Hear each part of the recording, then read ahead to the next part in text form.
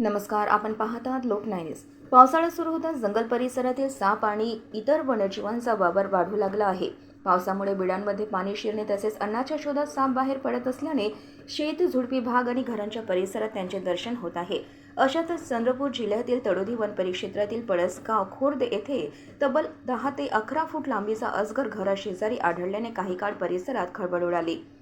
मात्र साप संस्थेच्या सर्परक्षकांनी तत्परतेने बचाव मोहीम राबवत अजगरला सुरक्षितपणे पकडून वन विभागाच्या मदतीने त्याला पुन्हा जंगलात सोडले.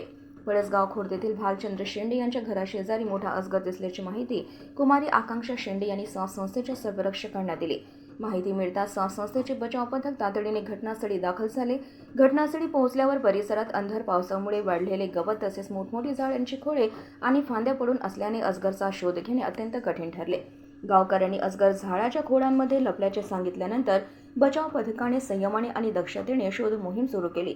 काही वेळाच्या प्रयत्नानंतर अखेर सुमारे 10 ते 11 फूट लांबीचा आणि अंदाजे 15 किलो वजनाचा अजगर कोणतीही इजा न होता सुरक्षितपणे पकडण्यात यश आले. या बचाव मोहिमेत साप संस्थेचे बचाव दल प्रमुख तथा उपाध्यक्ष जीवेश सयाम, नितीन भेंडाळे, जीवन गुणुले, गणेश गुणुले, सुमित गुणुले आणि आदित्य ढाणे यांनी महत्त्वाची भूमिका बजावली. यानंतर अजगराची तडोदी वन परिक्षेत्र कार्यालयात अधिकृत नोंद करण्यात आली. वनरक्षक राहुल आय मासरकर, साप संस्थेचे अध्यक्ष यश कायरकर तसेच बचाव पथकाच्या उपस्थितीत या अजगराला गायामुख एफडीसी जंगल परिसरात सुरक्षितपणे नैसर्गिक अधिवासात सोडण्यात आले. वन्यजीव तज्ज्ञांच्या मते भारतीय अजगर हा विषारी नसला तरी अत्यंत शक्तिशाली साप आहे. तो उंदीर, ससे, पक्षी आणि इतर लहान प्राण्यांवर उपजीविका करतो.